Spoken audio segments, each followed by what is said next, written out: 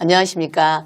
방금 구독, 좋아요, 알람 설정을 하신 자 이분 한번 비춰주시겠어요?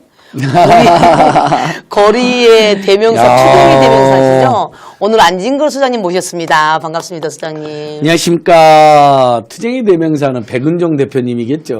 그런가요? 그냥 저는 안진걸입니다. 살짝 따라하는 안진걸입니다. 아, 조금 전에도 서울의 소리 예. 하고 오셨죠? 그 1월 2일 새 업무 시작한 첫날 서울의 소리, 건설신문고, 교독 CHTV 이분들이 연합해서 위원정당, 내란정당, 국민의 해체 농성을 하고 있는데 제가 이제 걱정돼서 가봤더니 와, 체감온도 정말 영하 15도, 20도 그 건물 사이에 바람이 엄청나게 부는 데서 다행히 천막이 있어 조금 덜 춥거든.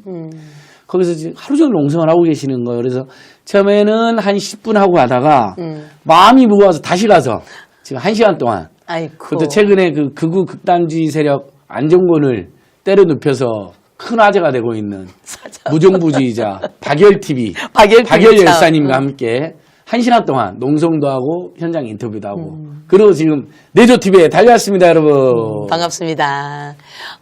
저희도 저번에 금요일 날 한 30분 정도 거기 있다 왔거든요. 아, 그러셨군요. 짬짬이 가서 이제 체킹을 하는데 예. 자, 오늘 저희가 이제 어렵게 우리 아시다시피 안진걸 소장님 너무 바쁘시잖아요. 너무 바쁘신데 아닙니다. 어렵게 모셨습니다. 아유, 그래서 제가 말씀. 첫 번째 질문을 드릴 건데요. 그런데 아스팔트에서 투쟁의 대명사면 안진걸 소장이십니다. 근데 이런 안진걸 소장님께서 이재명이란 정치인을 어떤 계기로 어떻게 픽하게 되셨는지 궁금합니다.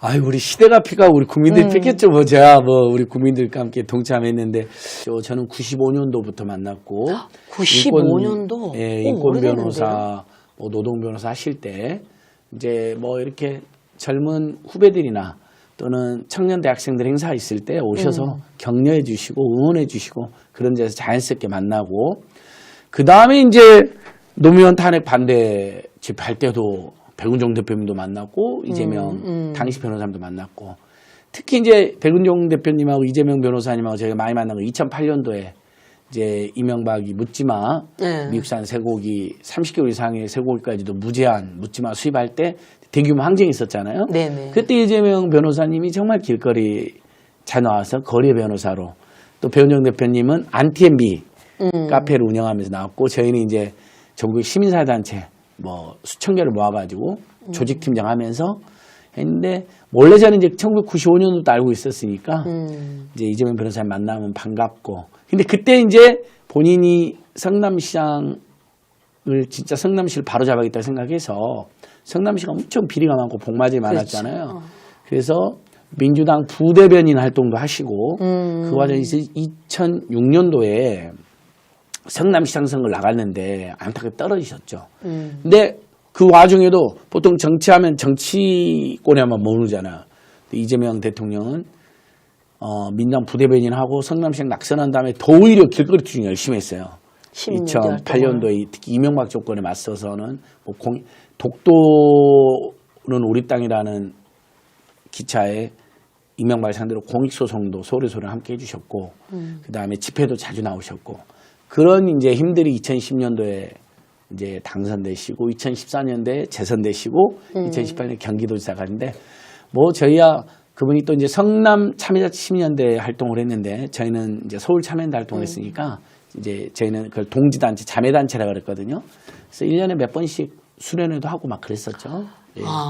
같은 이제 성남 경기 동부를 대표하는 인권 변호사의 시민 운동가셨고 저는 서울 참여연대 실무자였고 그래서 자주 뵀습니다. 항상 저희들 많이 격려해 주시고 정말 어떤 민주주의를 위한 철학과 신념이 투철하고 특히 시민들의 권리를 찾는데 억울한 사람들 문제를 해결하는데 지금도 보면 굉장히 디테일하고 세심하시잖아요.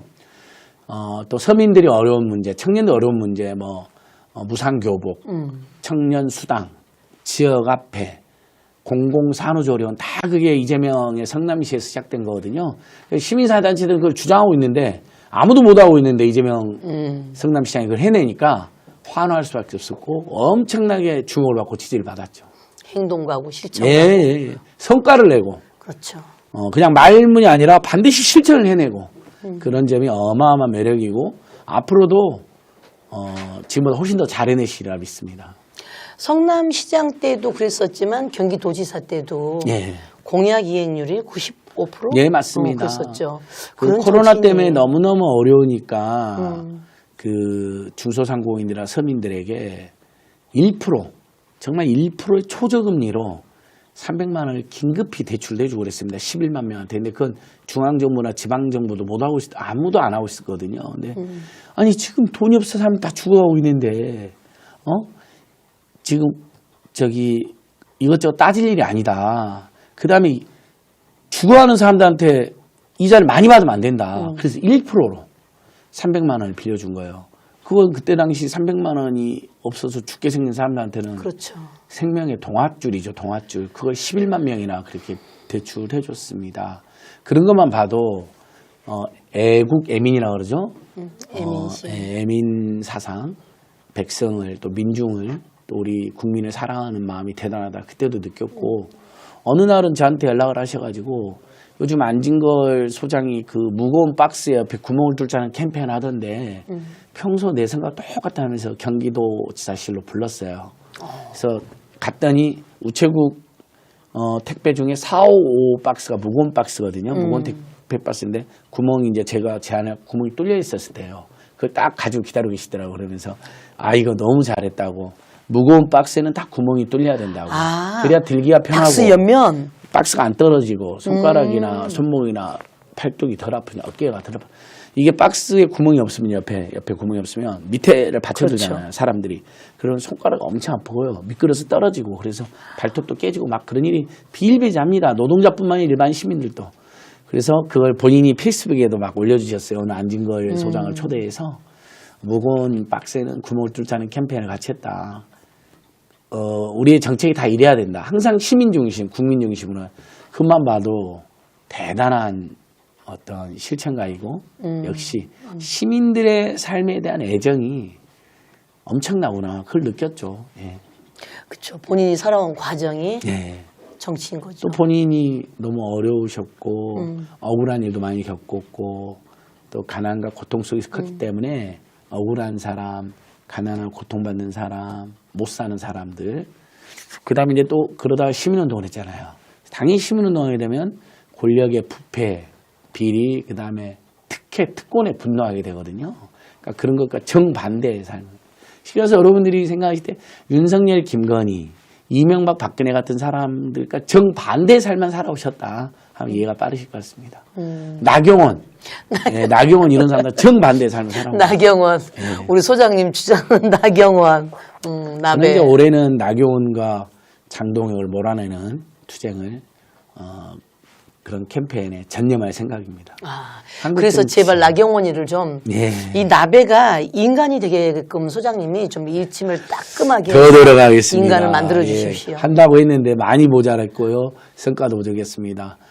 따끔하게 저희들이 그 질책을 받아들이면서 더 치열하게 노력하겠습니다. 지금 말씀하신 그 생계지원금 300만 원 네. 코로나 시대 저도 그거 그때 신청하고 받았었거든요. 왜냐하면 저희가 이제 프리랜서들이 예. 그 정부에서 집합 금지 명령으로 해서 모든 강의가 올 수도 됐잖아요. 그렇죠. 근데 코로나 손실보상금이 나온 분들도 있고 안 나온 분들도 있었잖아요.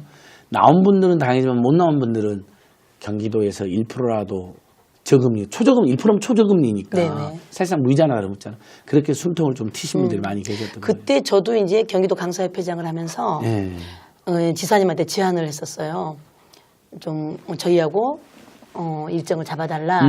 저희 프리랜서들이 예. 그러니까 이제 막 최악의 상황이 됐잖아요. 네. 그러니까 돈을 벌 때는 몰랐는데 수입이 없으니까 예를 들어서 한 달에 500 갖고 살았다. 그러면 1000이 들어가는 거예요.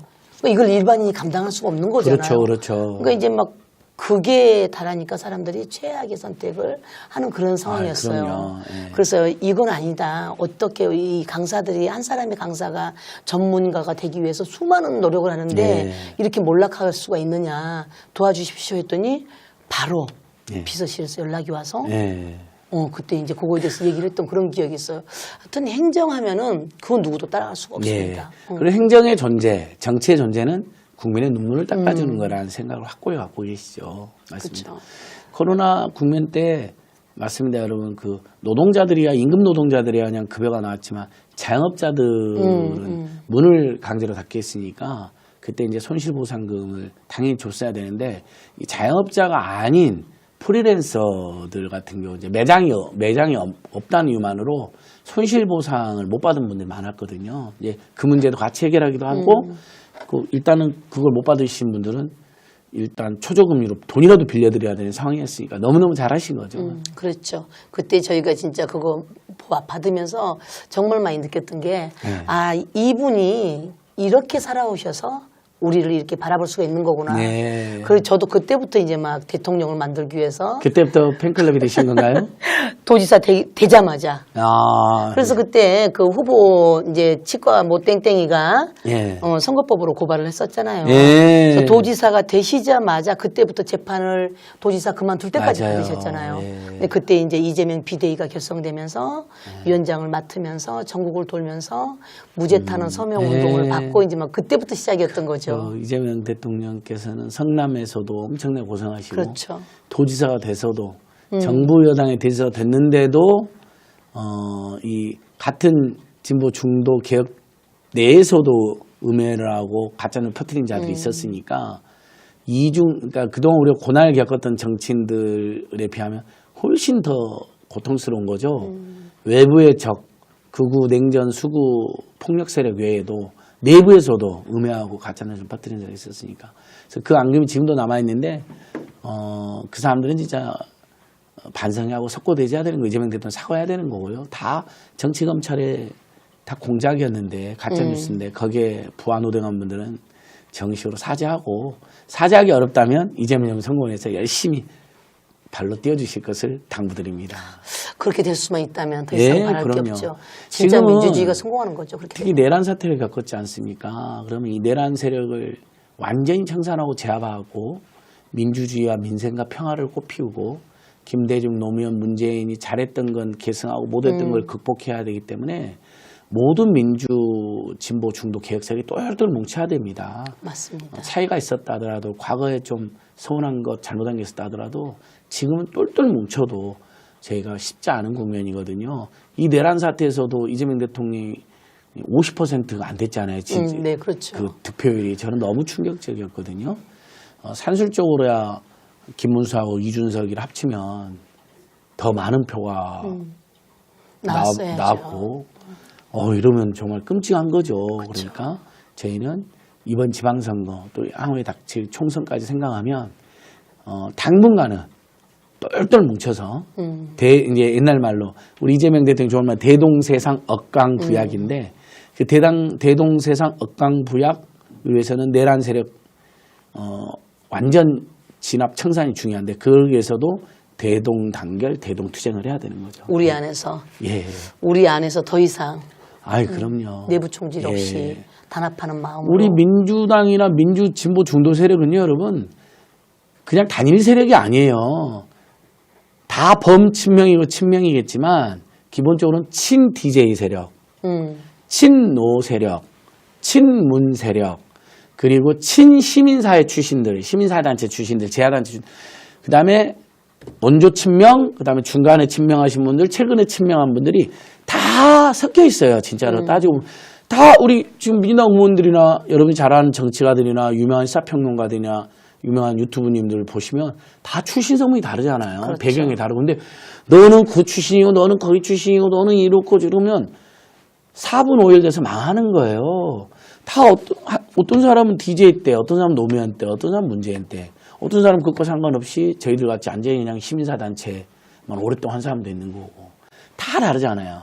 그걸 서로 존중해주면서 차이가 있다 하더라도 그것을 대동소이한 것으로 보고 진짜 내란 세력, 윤석열, 김건희 세력, 나경원, 장동혁 세력 이런 자들 외에는 똘똘 뭉쳐서 심지어 국민의힘에 있다가 온 사람들도 우리가 받아주잖아요. 그렇죠. 김용남 의원님, 허은하 전 비서관님, 최근에는 이현 씨도 지명되지 않았습니까? 어떻게 될지 모르겠지만 아니 그런 사람들도 받아주면서 물론 이제 여전히 그걸 문제 제기하신 분도 있으시지만 이석연 국민대통합위원장님 나 옛날에 우리 많이 괴롭혔어요. 엄청 짜증나게 하고 실망 주고 지금은 내란 극복과 민주주의 발전, 국민경제 살리기로 다 한 배를 탔잖아요.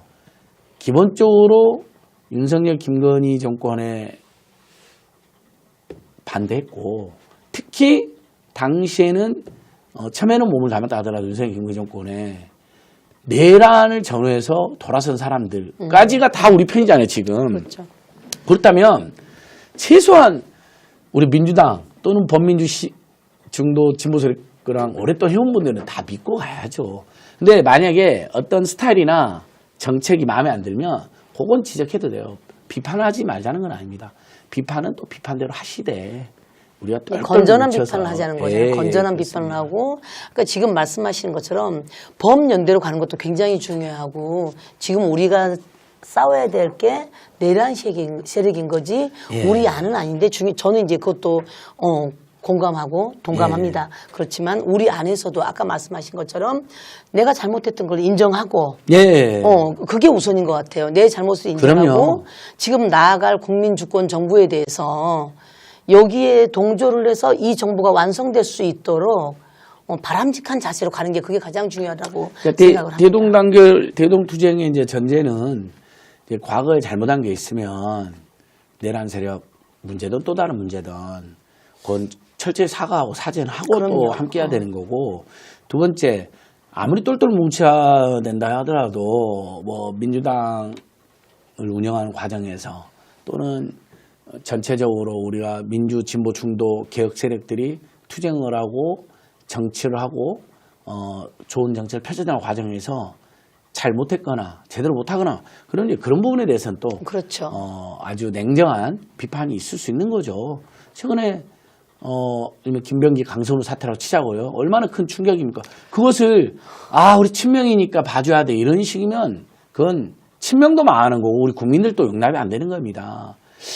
팩트체크를 꼼꼼히 해보고 이해해보려고 노력도 해보고 편도 들어주려고 노력도 해봤는데 도저히 이건 아니다 싶을 때는 그때는 또 비판하고 지적을 해야 되는 겁니다. 그래야 민주당도 살고 이재명 정부의 부담도 덜고 이재명 정부도 더욱더 그런 만약에 온갖 논란과 물이 일으킨 세력이 계속 붙어 있어요. 그럼 어떻게 되겠어요, 여러분? 이재명 대통령의 국정 운영이 탄력을 받겠습니까? 그러니까 이제 비판을 하고 또 정말 도려낼 건 도려내면서 가되 도려낼 상황이 아니라면 일단 똘똘 뭉쳐가자 이런 거죠. 무슨 말씀인지 100% 공감하고 동의합니다. 예. 이제 그건 그렇고 광장에서 이제 우리가 함께한 시간이 꽤 되잖아요, 소장님. 광장에서 같이 다니실 때 제가 광장에서 제일 많이 봤던 활동가가 백은종 쌤이야. 거기 부수가 있었으니까 예. 부수가 있었으니까 매번 볼 수밖에 없었고 서울의 소리를 또 상연자들도 많이 있으니까 네네. 저희는 뭐 임세은 소장하고 저하고 그리고 딱 그 두 다음에 명입니다. 많이 딱 두 봤던 명. 게 안진걸 소장입니다. 예. 안진걸 TV 들고 막 날마다 한 번도 예. 빠짐없이 그러고 다니셨는데 이제 거기 오시면은 동생 같은 동지들 그리고 누나 같은 동지들, 엄마 같은 동지들, 그 수많은 동지들을 보면서 뭐 그 동지들하고 함께했던 애잔한 에피소드라든가 또 가슴 찐한 사연이라든가 그런 게 있을까요? 그런 일들은 엄청 많죠. 근데 우리 특히 내조회양 팀들하고는 정치검찰 박살내자, 송영길의 억울함을 풀자, 뭐 이렇게 촛불행동, 촛불집회뿐만 아니라 우리 윤석열, 김건희 정권이 들어서서 사람들이 숨죽이거나 눈치 보고 있을 때 우리 뭐 내조양 TV랑 저희들은 바로 뭐 촛불행동 집회부터 가서 윤석열 처음에는 규탄 집회하고 100일 동안은 지켜보다 100일 이후에 취임 100일 보니까 이거 싹수로 놀았고 앞으로 나라와 국민을 파괴할 일만 남아있다. 저희 예상대로 됐잖아요, 실제로. 그래서 이제 퇴진 집회를 시작했는데 그 다음에 이제 송영길 구속, 그 다음에 탄압, 이제 반대 규탄 집회. 그러면 이제 항상 우리 내조양 TV랑 또 내조양 TV랑 함께 하신 분들이 이제 많이 있었던 것 같아요. 저희들 또 뭐 그런 집회들, 내란 극복도 집회들 뭐 정말 수도 없이 많은 집회를 했는데 우리 내조양이 제일 반갑죠, 가면. 왜냐면, 방송으로 아시네. 방송으로 아시네. 그 서울의 소리 TV 부스만 가도 커피만 주거든요. 내조양은 컵라면을 줘요. 근데 제가 라면을 너무너무 좋아하거든요. 요즘 뭐 이제 살을 빼기 위해서 라면을 거의 안 먹고 있는데 그때만 해도 정시없이 하루에 뭐 하나에서 3개까지 라면을 먹을 때 특히 집회 나가면 이렇게 배고픈지 몰라. 춥고 배고파요. 집회만 가면. 그렇죠. 어느 따뜻한 뜨거운 국물에 컵라면이 있으면 너무너무 좋은 거예요. 그래서 제가 생각나는 것은 내조양에서 주신 저 간식거리들, 빵, 그다음에 떡, 그다음에 이제 컵라면. 제가 그거 먹고 살이 찐 거예요, 집회에서. 끝나고 또 집에 가다가 또 추우니까 또 소주 한잔하고 이러다 살이 쪘는데, 어느 날은 이제 내조양에 갔는데 컵라면을 끓여주신 것도 먼저 컵라면을 또 주시더라고요. 그다음에 막 우리 박민희 대표님이 컵라면뿐만 아니라 그 시민들 위해서 싸우신 온갖 주민 음식들이 남으면 제 가방에 막 넣어주시는 거예요. 집에 가라고 가방이 무거워. 막 떡이랑 빵이랑 음료수랑 가득 있어서. 그래서 참으로 우리 민주 시민들은 따뜻한 분들이다. 1980년 광주 시민들, 광주 항쟁이 일어났을 때 5.18 학살을 겪고 그때 우리 광주 시민이나 전남 도민들이 시민군들과 시민들에게 7일 동안 주먹밥이라든지 김치라든지 서로 나눠 먹으면서 단 하나의 범죄도 없이 아주 따뜻한 민중 공동체, 해방 공동체를 이뤘는데 그러다가 5월 27일 날 어마어마한 무참한 진압 학살을 당하긴 했는데 뭐 거의 그 급의 대동세상, 대동연대의 정신을 우리 내조양과 또 우리 서울의서울팀 선생님들이 실천해 주셨죠. 너무너무 고맙고 정말 지금도 든든하고 아주 믿음직스럽다 이런 말씀 드리고 그리고 이제 이렇게 사탕이라고 해서 자기 주머니에 있는 사탕을 줘요. 당 떨어지면 먹으라고. 그래서 사탕 제 주머니 추운데 겨울에 딱 넣고 가는 거예요. 송영길 집회 때. 그래서 전철에서 열어보니까 사탕을 5만 원짜리로 싸놓으셨더라고요. 막 이런 분들도. 어머나. 근데 이제 그분 연락처도 없어요. 왜냐하면 스치듯이 그냥 쑥 주머니에다가 춥죠, 힘들죠, 고생 많아요. 제가 그 송영길 석방축구 집회는 이제 제가 대부분 사회를 봤으니까요. 사회 끝나고 이렇게 이제 같이 앉아 있으면 내조양 이제 부스에서 뭐 먹고 컵라면 없나 하고 있으면 누가 쑥 넣어주고 갖고 예, 선생님 고맙습니다. 사탕 잘 먹겠습니다. 이제 근데 전철 타서 오니까 그 사탕을 5만 원짜리 싸놨고 비닐에 또 싸놓은 거예요. 저희는 당연히 뭔지도 모르고 돌려줄 길도 없는 거죠. 그렇죠. 그럼 이제 그런 걸로 또 민생경제연구소 후원금으로도 갖다 주고 또 저기 하다 보면 가난하지만 후배들이 사실 교통비도 없을 텐데 나오시는 분들도 있습니다. 시민들 중에나 후배들 중에도. 그러니까 너무 투쟁을 나오고 싶으니까 참 너무 살기는 어렵지만 그래도 나오신 분들이 있었거든요. 윤석열 김건희 정권에는 민생경제도 파탄났기 때문에 흡신 경제가 어려웠죠. 그런 분들도 제가 또 알게 모르게 또 후원도 좀 하면서 그렇게 윤석열 김건희 정권 3년을 모질게 하지만 동지들이 계셔서 민주시민들이 계셔서 따뜻하게 버텨낸 것 같습니다.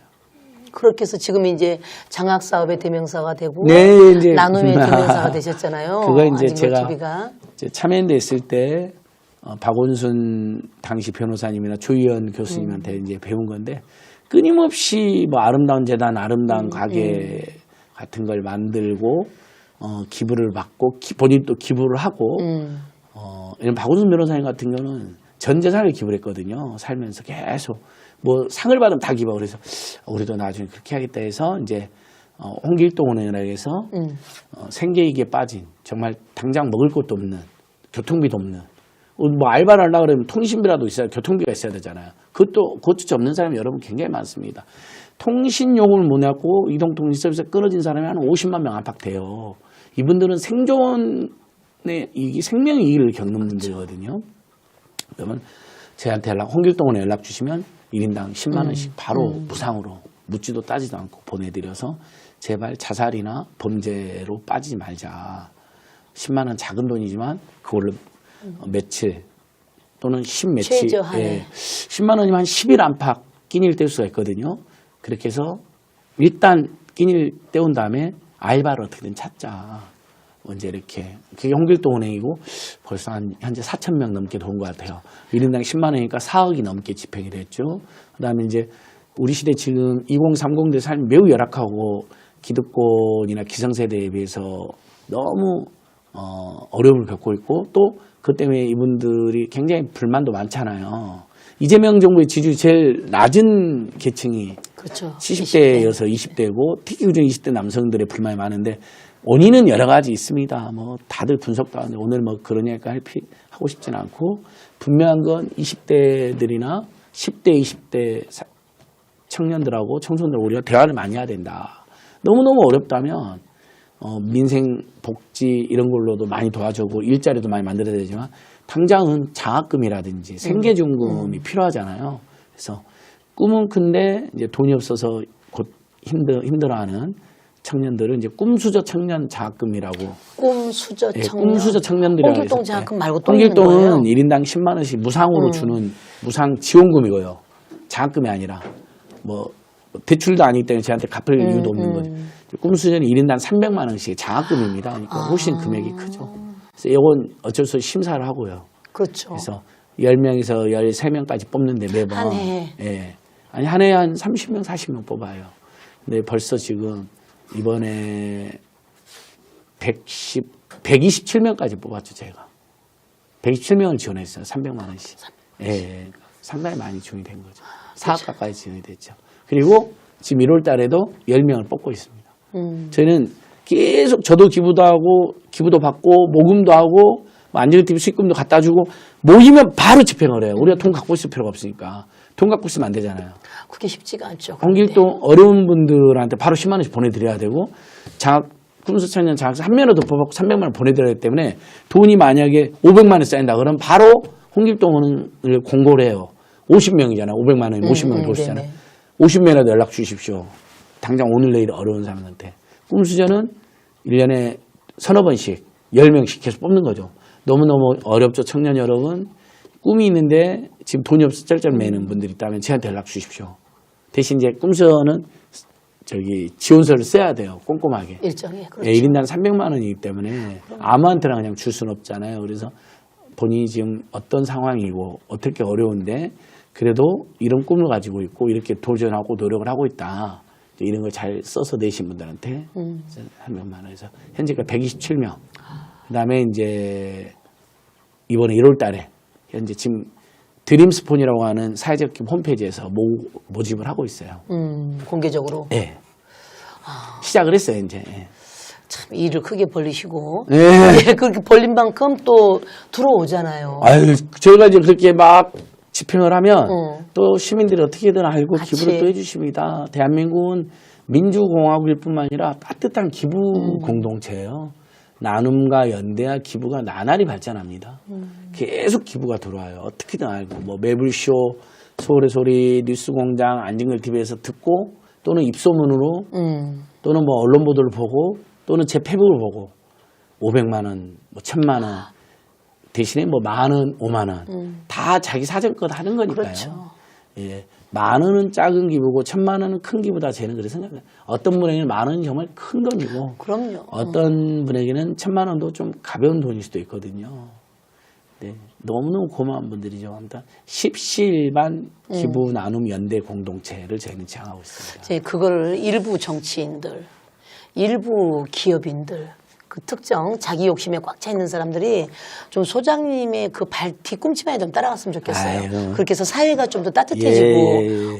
그 기부라는 게 나눔이라는 게 전 국민의 연대가 돼서 함께 할 수 있는 네. 그런 따뜻한 사회가 돼야 되고 그 사람들도 더 노력해 주시겠죠. 네. 요즘엔 전체적으로 다들 노력해 주시더라고요. 화이팅. 예, 감사합니다. 더 많이 벌리시고 예. 더 많이 넓히시고 화이팅입니다. 저도 올해도 열심히 돈을 벌어서 저를 위해서도 쓰지만 또 노후가 불안하니까 저금도 하지만 주식 투자. 이재명 시대 이제 코스피 5천 갑니다.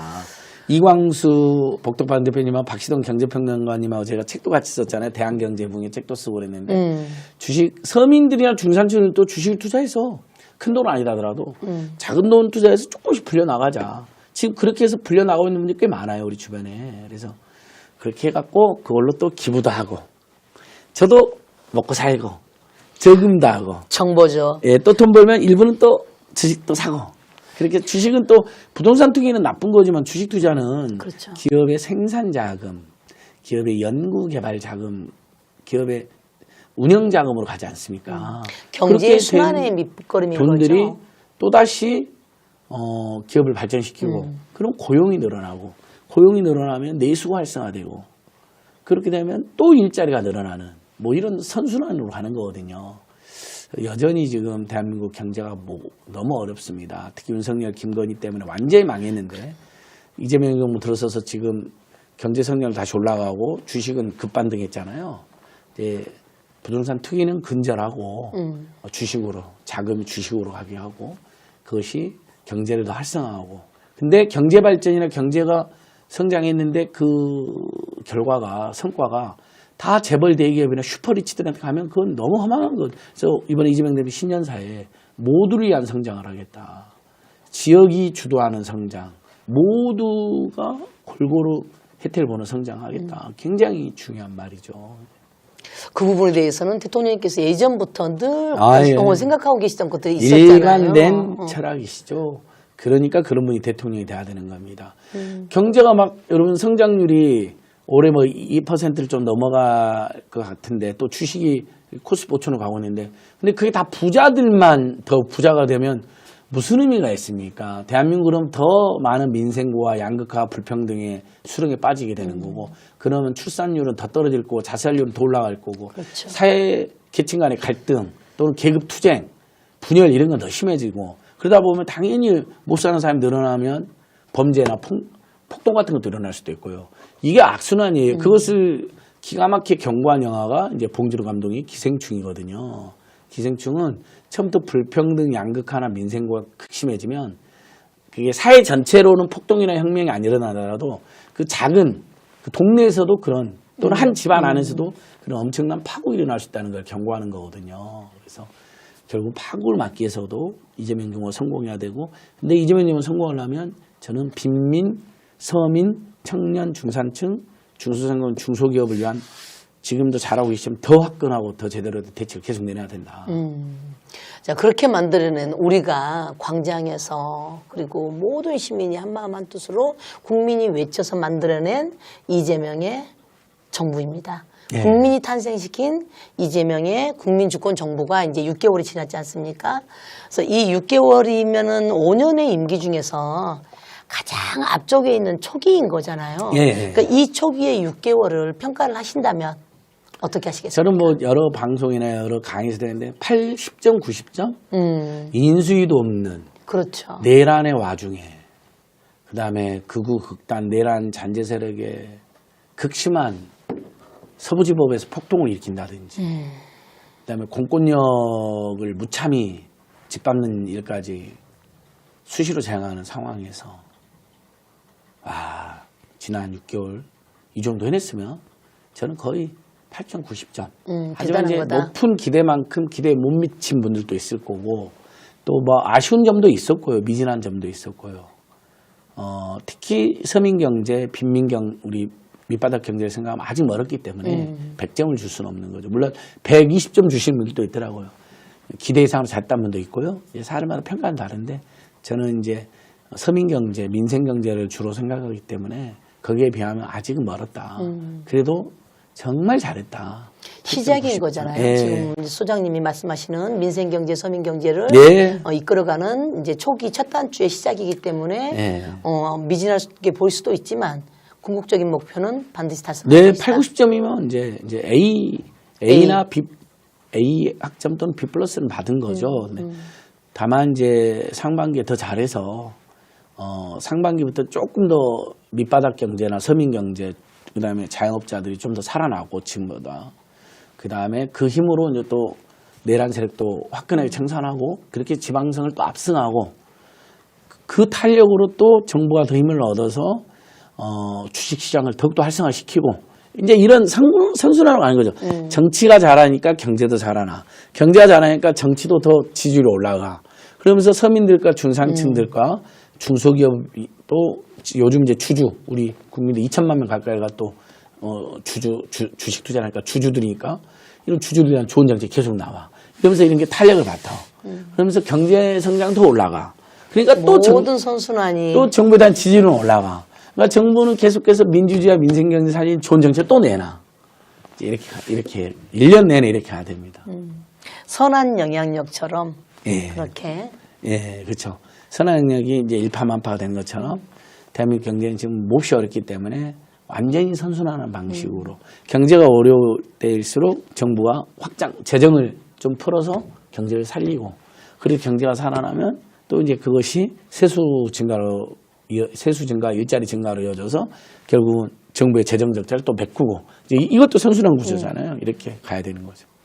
이제 평가를 한다 그러면 이재명 정부에 대해서 지금 6개월 시작인 이 정부를 뭘로 평가를 할 것이냐는 말씀들도 있지만 이제 거기에 부정적인 이미지가 굳이 들자면은 내란 세력에 대한 단죄, 척결 이것이 저는 이제 개인적으로 그게 평가함에 네. 있어서 가장 마이너스 요인이고 이제 그게 대통령이 혼자 한다고 해서 될 수 있는 건 아닌데 네. 지금 내란에 대한 단죄는 가장 신속하고 정확하고 빠르게 진행이 돼야 되는 건데 그게 지금 굉장히 미지근한 지기현 같은 인간들부터 시작해서 예. 그럼 이제 소장님께서는 내란 척결을 위해서 지금 현 시점에서 가장 먼저 이루어져야 될 게 뭐라고 그러니까 생각하시나요? 돌이켜보면 항상 저희들이 좀 아쉬운 대목이 있죠. 뼈아픈 대목이 있고.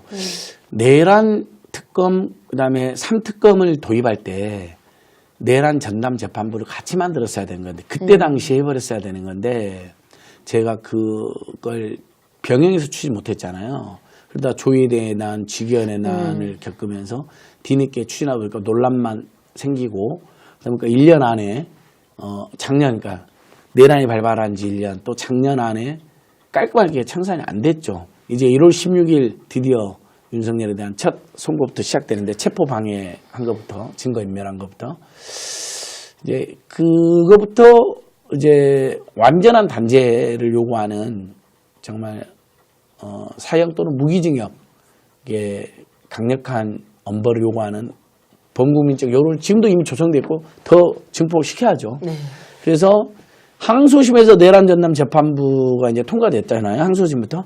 심지어 저는 그게 내란 전담 재판부를 설치하지 않아도 2심에서 다 사형이 나오고 그렇게 돼서 내란 전담 재판부 필요 없다는 여론이 생기면 제일 좋지 않을까 싶은데 일단은 지금으로서는 1심 결과를 지켜보고 이 조의대 직위원 사법부가 사실상 또 사법 쿠데타로 내란 세력을 비호한다면 이제 항소심부터 내란 전담 재판부로 갈 수밖에 없는 것이죠. 법은 통과되어 있기 때문에요. 그래서 역사의 고비고비마다 우리 국민들은 항상 최선을 다해 왔는데 그 이제 그 리더하는 정치가들이나 또는 시민사단체 리더들이 가끔 이렇게 우리가 잘못하거나 실수하는 경우도 있는 것 같아요. 정말 저는 처음에 내란 특검 도입할 때 내란 전담 재판부를 같이 했으면 이렇게 오래 안 걸릴 텐데 그렇죠. 그래서 앞으로도 우리가 뭔가를 항상 격동의 시기, 격변의 시기에 결정해야 되면 늘 어떤 치밀한 그다음에 그리고 꼼꼼한 설계나 작전이 매우 중요하다 이런 생각을 해봅니다. 네. 저는 이제 고수장님 그 부분에서 그런 것이 자질이라고 생각을 하거든요. 예. 핵심을 짚어주는 거. 예. 그러니까 내란이 윤석열이 탄핵이 되고자마자 그 시점에서 선거는 선거인 거고 당에서든 국회에서든 거기에서의 나름대로 할 일이 분명히 있었을 텐데 리더로서의 자질들이 부족했었고 성견지명이 없었던 거죠. 이걸 몰랐나요? 뭐 사법부가 이렇게 엉망인 걸, 검사들이 이렇게 엉망인 걸 몰랐나요? 검찰 해체만이 그게 능사는 아니었잖아요. 그러니까 이런 부분들이 지금도 늦지 않았으니까 좀 더 강력하게, 네네 맞습니다. 강하게 가야 된다고 생각을 작년에 그렇고 지금까지도 그래서 민주당 현 지도부나 집행부에 대한 비판이 많이 제기되고 있는 것이죠. 없을 수가 없습니다. 그거는. 저는 없는 사실로 공격하고 당이 깨질 정도의 분열과 갈등을 부추기고 이런 걸 반대하는 거지. 당연히 집행부나 지도부가 못한다. 또는 시민사회 운동 리더들이 제대로 대응을 못한다. 그럼 그건 당연히 당원들이나 또 민주시민들이 당연히 지적할 수 있는 거죠. 그런 면에서 박미 대표 말씀하신 따끔한 질책이나 많은 당원과 지지자 시민들의 실망이 있었다는 점을 현 민주당 지도부나 집행부는 아주 무겁게 생각해야 되는 것이죠. 그래서 올해는 2배, 3배로 더 무겁게 치열하게 뛰어야 된다. 작년에 까먹은 점수가 있다. 이렇게 생각합니다. 그러니까 그런 말 있잖아요, 수장님. 그 초등학교를 비교했을 때 초등학교 교사의 수준은 학생 수준을 넘지 못한다 그러잖아요. 근데 저는 민주당이 저는 오로지 민주당만 오래전부터 민주당만 지지해왔고 민주당만 바라봤던 사람으로서 당원의 수준을 못 쫓아오는 것 같아요, 정치인들이. 그거는 욕심 때문이거든요. 사적인 욕심. 네.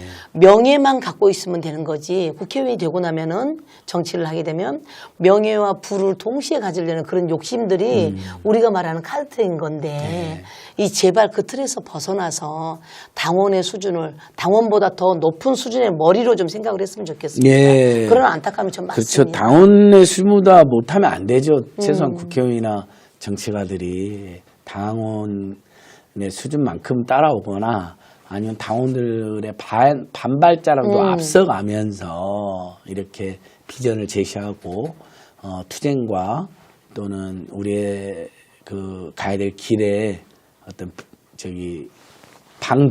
방도를 제시해줘야 되는데 그런 면에서 작년에 민주당 지도부 집행부가 한참 모자랐다는 지역들 또 달게 듣고 올해는 2배, 3배.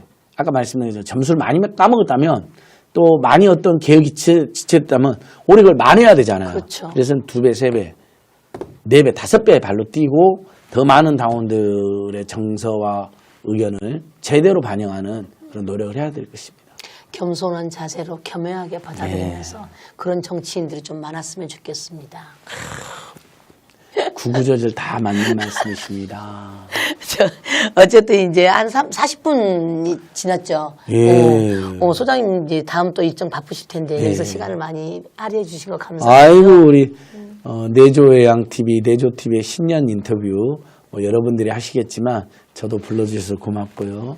오늘 제가 이렇게 녹화를 하고 있는 날은 1월 2일인데 새 업무가 첫 시작된 날인데 그 칼바람 영하 체감 온도 영하 15도에서 20도 사이에서도 서울의 소리, 교덕 CHTV, 건설신문고 TV, 박열TV, 안진걸TV는 국민의힘 해산하라 해체하라는 농성과 집회와 현장 생방송을 진행하고 왔고 진행하고 있습니다.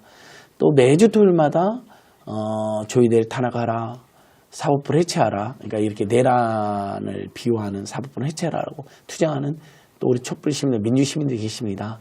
그리고 얼마나 오랫동안 윤석열 김건희 정권에서 피눈물 흘렸습니까? 많은 국민들이 다면 최근에 민당 안팎에서 특히 국회의원들이란 자들로부터 발생했던 거라든지 또는 뭐 지도부나 집행부들이 우리 당원들의 지지자들의 열망을 제대로 못 받아 안고 이렇게 사리사욕에 매몰됐다는 논쟁이라든지 이런 건 너무 부끄럽고 창피한 일이죠. 정말 오로지 이재명 정부의 성공과 촛불 시민, 민주 시민들의 그 피눈물 나는 열망을 생각해서 완전히 대의에 헌신하고 치열하게 일해서 정말 이재명 정부가 큰 성과를 내고 대성공해서 내란도 완전히 정산하고 민생 경제도 완전히 살려내고 그렇게 해서 민주당은 더더욱 신뢰받는 모범적 진보 개혁 중도 대중정당으로 또 발전하고 또 우리 정치가들은 정말 겸손하고 겸허하고 또 국민들과 당원들과 정말 제대로 민주로 소통하고 사심 없이 흑심 없이 제대로 일하는 그 속에서 이제 너무너무 잘하는 사람들끼리 나중에 당대표든 최고위원 선거든 지자체장이든 대통령이든 국회의원이든 이렇게 또 공정하고 투명하게 선의 경쟁하고 경선하는 문화 이렇게 갔으면 좋겠습니다. 네, 말씀 감사합니다. 결국 정치는 국민이 하는 것입니다. 맞습니다. 국민을 어려워할 줄 알고 국민을 모실 줄 알고 국민을 받들면서 국민의 대표를 실천하는 정치가 되기를 바라는 마음을 간절하게 기원하면서 오늘 마치겠습니다. 와, 수고하셨습니다. 내조요양TV, 내조TV 구독, 좋아요, 홍보하기, 시청하기, 후원하기 여러분 잘 부탁드립니다. 안진걸TV 끝까지 함께 하겠습니다. 오늘 소장님 나오셨으니까 우리 내조TV 500명 정도 될까요? 자, 500명 기대하기 바랍니다. 구독자 1000명 늘어나야 됩니다. 감사합니다. 입수합니다. 감사합니다.